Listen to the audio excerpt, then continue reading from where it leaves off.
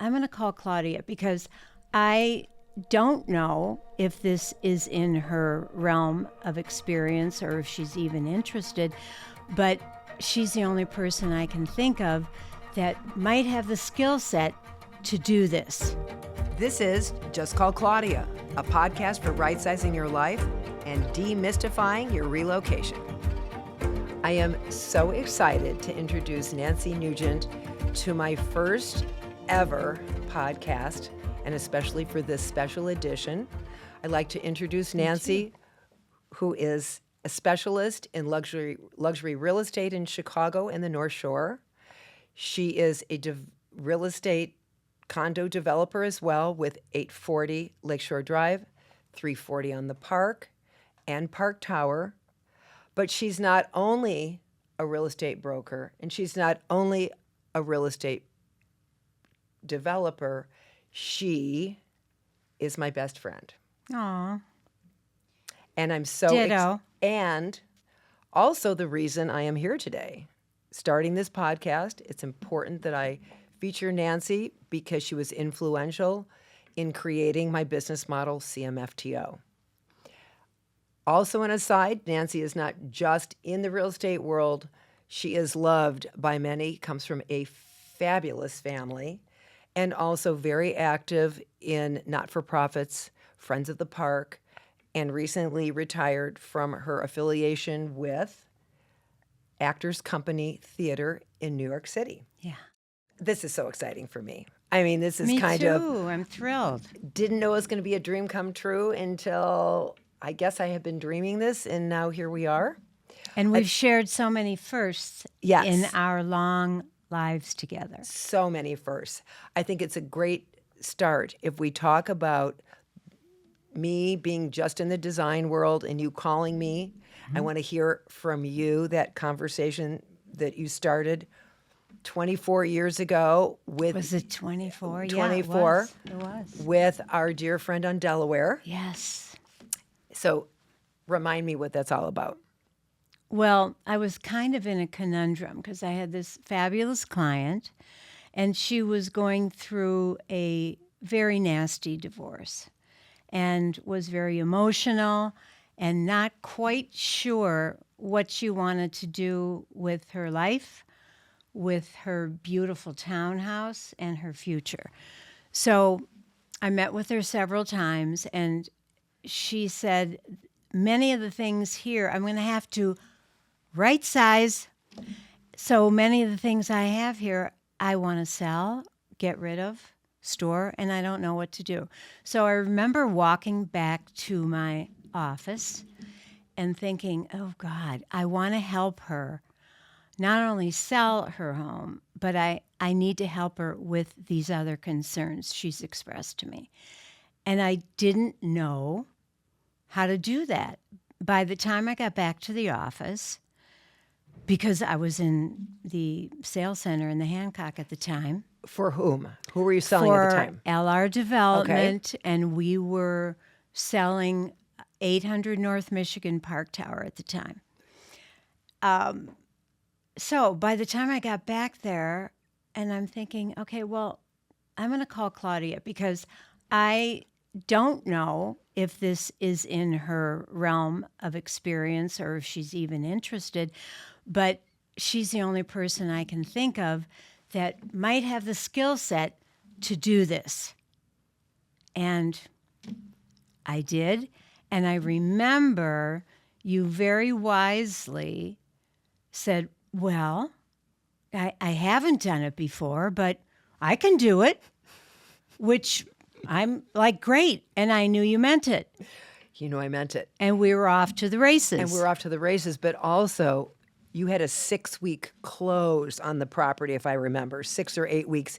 It was a very quick turnaround. It was tight. We had to get her out of there. We had to get her out of there. That's what it was really about. And when I went to meet her, she was, I'll never say, I took in a townhome, I took the elevator to the 4th floor. Her personal assistant was in the elevator with me. She was lying on her bed, remember? Well, you weren't there with me. No. Lying, holding court with her assistant on either side. Poor baby. Traumatized. Catatonic.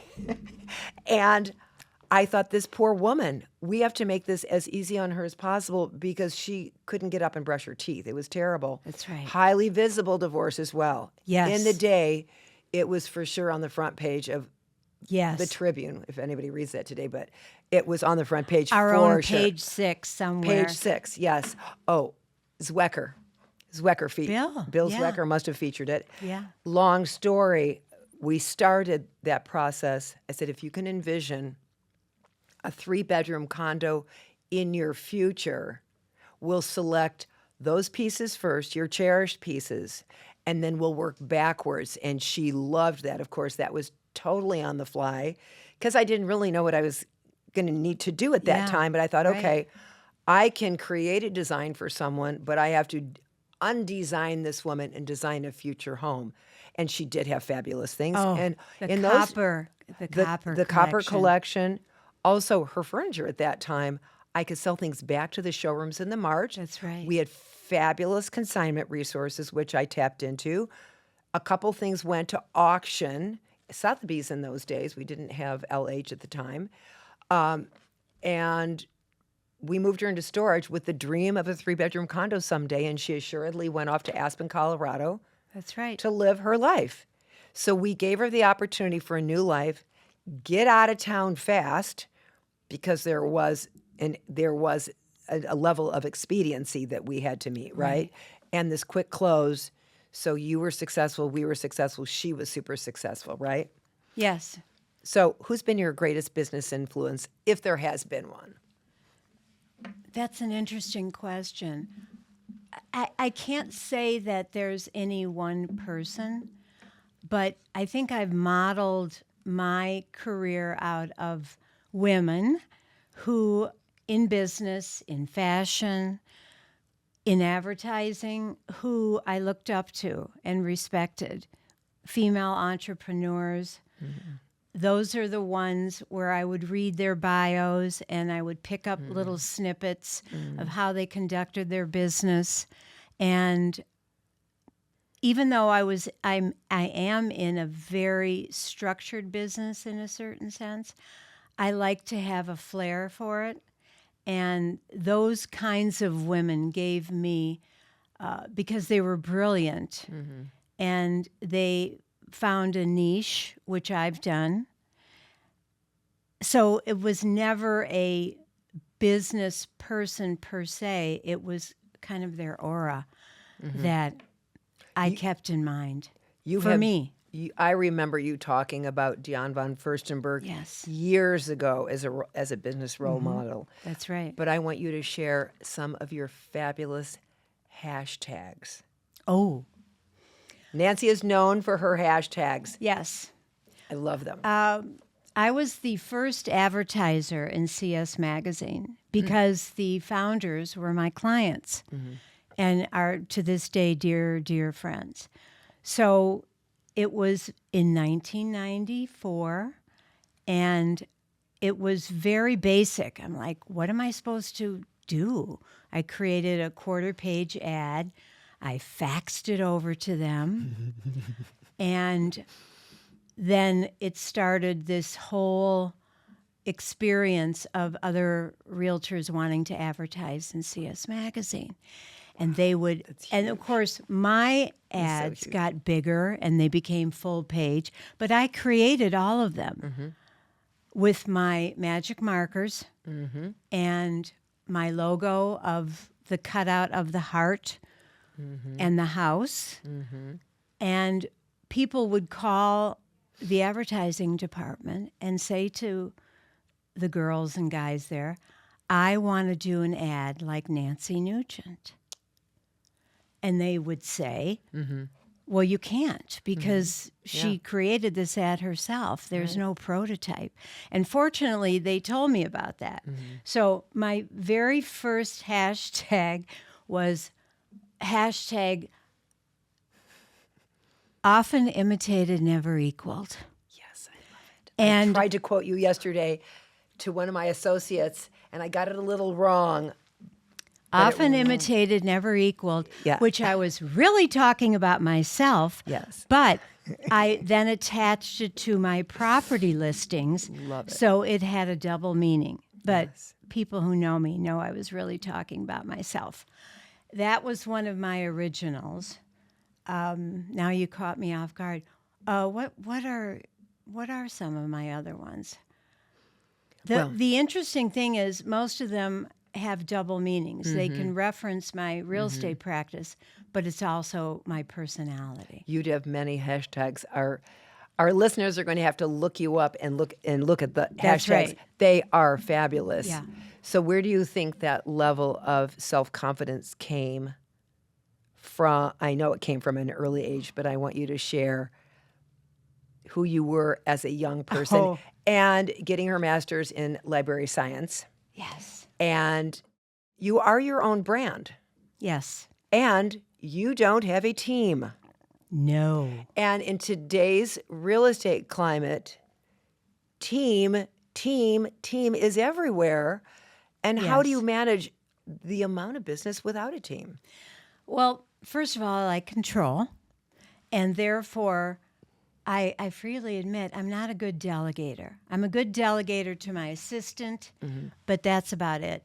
And so therefore, I always, in my careers, I was an educator, I was a camp counselor, and I've been a realtor. That in each position, I'm in control. Right. I'm in the front of the room. Right. That's my personality. Right. And I'm also helping people.